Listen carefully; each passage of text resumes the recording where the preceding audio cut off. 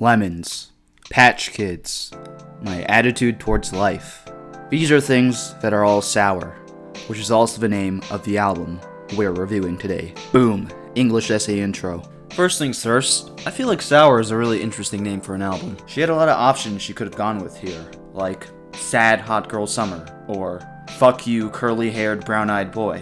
But instead, we got Sour. Like, if you just think about it, sour is the opposite of sweet, which I feel like is the normal default kind of attitude for a pop star, which is to be super sweet and upbeat and positive. Basically, you're supposed to just talk about how much you love your parents and how platonically horny you are for Jesus. Like, if I think about the pop stars of my youth, so like Taylor Swift, Katy Perry, Selena Gomez, Justin Bieber. Damn, I low-key missed 2009. All their debut albums were super cheery and painted this bright, happy picture of youth.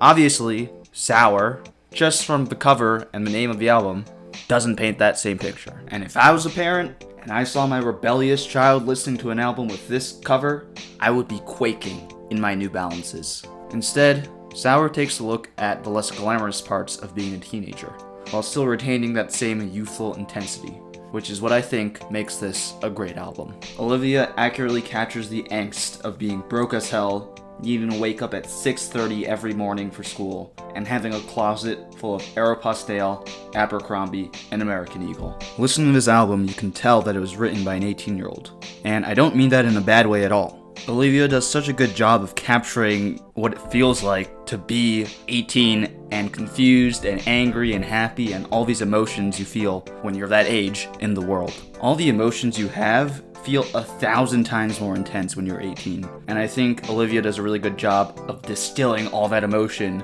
into these bite-sized songs that are really succinct but still pack a big punch. I feel like a big problem with young artists is that they sometimes try to sound older than they actually are.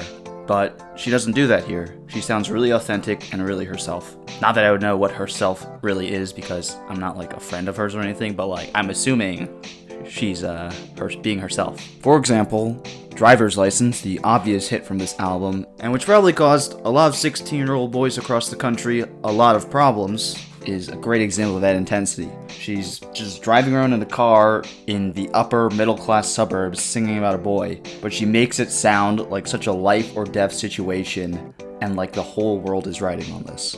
Happier captures that feeling as well. She basically says, I hope you're not happier with that bitch. And it's kind of funny when you think that she's literally talking about Joshua Bassett and she has such strong emotions about this looking dude. But that's how it'd be when you're 18. I think this album is Olivia kind of trying to find her voice, which again, is not a bad thing. She's 18. Makes sense you're finding your voice at that age. And let's just talk about some of the songs like from this album. Brutal. This song has actually been growing on me. I can vibe super hardcore with the message of this song, which is basically fuck social media, fuck capitalism, fuck all this grown-up shit. And it really shows amazing self-awareness on Olivia's part in joining with the rest of us in realizing how much the world fucking sucks shit. One step forward, 3 steps back. I really enjoy the stripped down piano instrumental and Olivia getting to show off her voice. This is definitely one of those very 18-year-old songs, and you can see it in the lyrics. I'm the love of your life until I make you mad. I mean, what's more teenager than that? And just embodying that teenager feel just takes me back to like 2012, and it's a good time.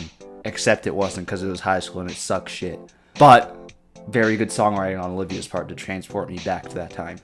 Against my will. Obviously, Driver's License is an absolute banger. The car beeping transitioning to the beat is an absolute banger. The bridge is a banger. The mental image of Olivia driving through some rich-ass suburb of LA is an absolute banger. Entire song, banger. Enough for you. This is actually another stripped-down song with just guitar in the background, and I actually think this is the best song in the album in terms of Olivia getting to show off her voice. She has a really great, unique voice, which is deeper than most female voices, I feel like, and that's something that you don't see too much of, and it's great to hear. Besides her voice, the song is also just super sad as hell, but it's still a bop, and it's definitely getting added to the shit to cry to late at night playlist. Overall, this entire album exudes sad girl energy. And honestly, weirdly enough, it makes me nostalgic for being 18, even though high school was such a terrible time. I remember when I was 18, I was like, fuck being 18, I wish I was older, because I feel like I didn't really have the experience to do anything when I was 18. I was like, well shit, I'm a baby. I can't produce anything of value. But now, seeing Olivia live her best life, I'm like, damn, I really wish I hadn't wasted 18.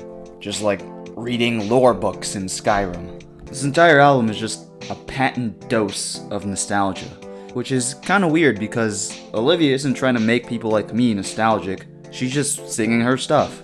But she does a really good job of capturing the complexities of being a teenager. When I was trying to look really smart in AP English, trying to get girls by not talking to them, and trying to get 100 likes on my profile picture on Facebook. And failing because I was unpopular. Side note, once again, just fuck social media. I didn't look at any reviews for this album, and it was actually kind of super liberating for me to be able to just listen to this album and enjoy it and form my own thoughts around it without needing to think about, oh, what do all the reviewers in the world think about this album? Should I like this album or should I dislike this album?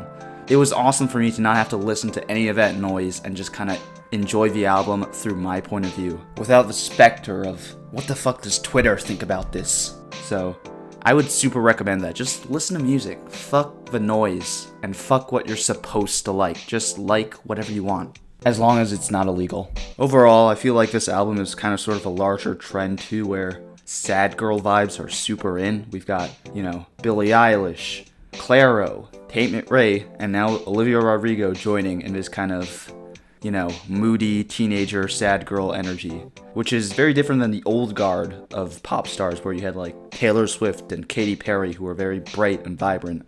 I think it's cool that things are kind of shifting and maybe being a little more real and acknowledging the major suctitude that comes with being a young adult. Yeah, overall, I think this is a great album. The vibes are impeccable. Olivia Rodrigo is definitely a superstar now, and this album's probably going to be on repeat for me for like the next 50 years. So it's a great album, and y'all should go listen to it while thinking about your mediocre looking ex.